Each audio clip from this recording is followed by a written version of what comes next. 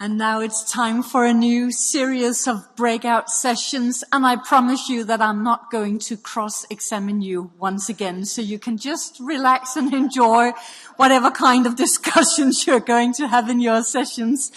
But if you have a look in the brochure once again, then you can see that this time there are 4 different breakouts to choose from.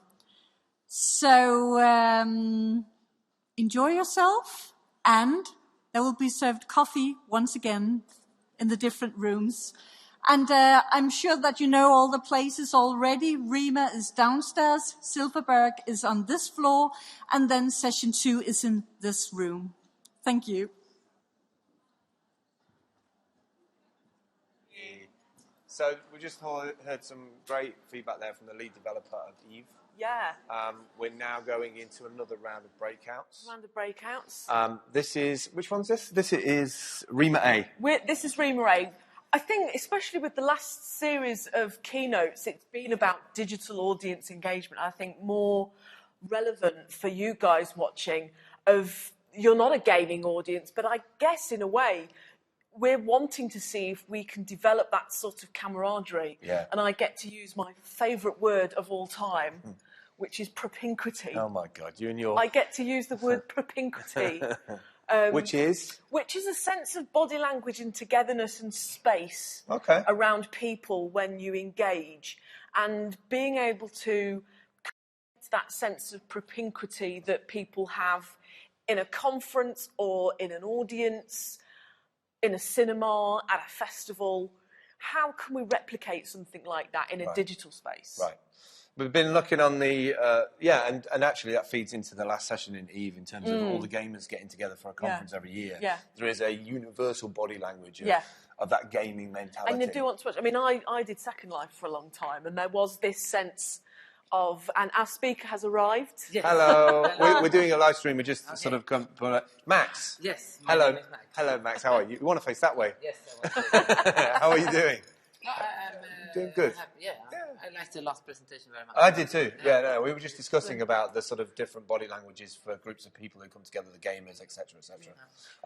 One quick thing I want to throw out there to the cloud, to the stream, live stream at the moment, is we've had 100 people roughly following the live stream. There's 300 odd in the venue.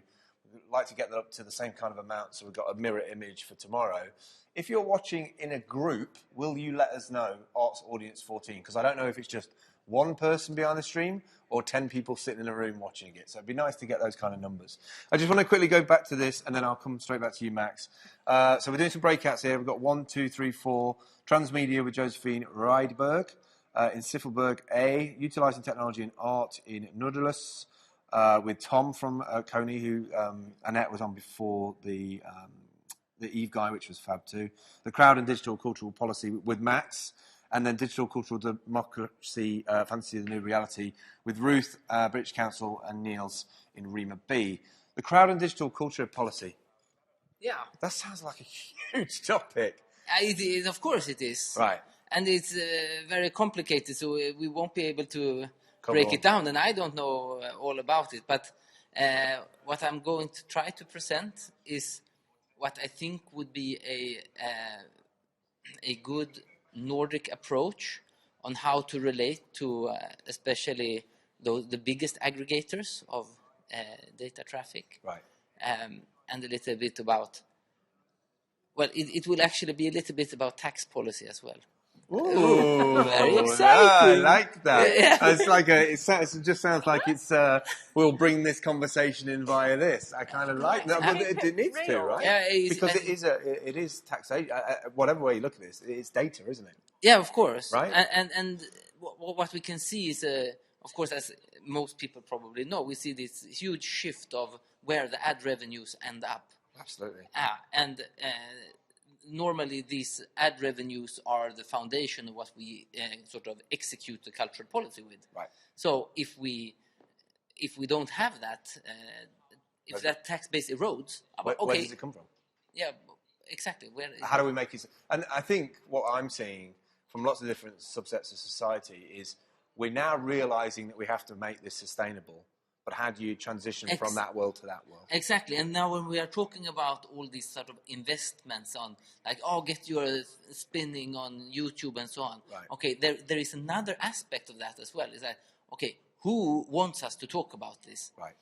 Because that is a crucial thing to address as well, I think, because otherwise we will see monopolies, or we do see monopolies already in each market segment. Right. And this is not a very fruitful way forward. Same mindset as before, almost. It's much worse. It's the same mindset, but on steroids. Yeah, amplified. Amplified very much. To an audience that will just keep taking it without actually... Yeah, that scares me. The thing is, and this is my biggest problem today, actually, is that I'm hearing lots of different conversations about different audiences, and I think we do need to look more focused at the sustainability of these groups of people, these people within the audiences, and the impact that it has on services moving forward, because everything's going to change. Everything that we've got used to is suddenly going to change again in the next couple of years. Yes, and after the first IT crash, we saw a tendency that it became much more focused on standards rather than platforms. Right. Now platforms are back hugely, right. and everything that is platform-based will want to monopolize a certain market segment, whilst standards gives an opportunity for more people to work within a specific field. Yeah. Right. So basically, I think it's important to think about the difference about, okay, what do we make as platforms and what do we actually make as standards? And I'm going to leave it right there. That's a great ending segment. All the best with your session.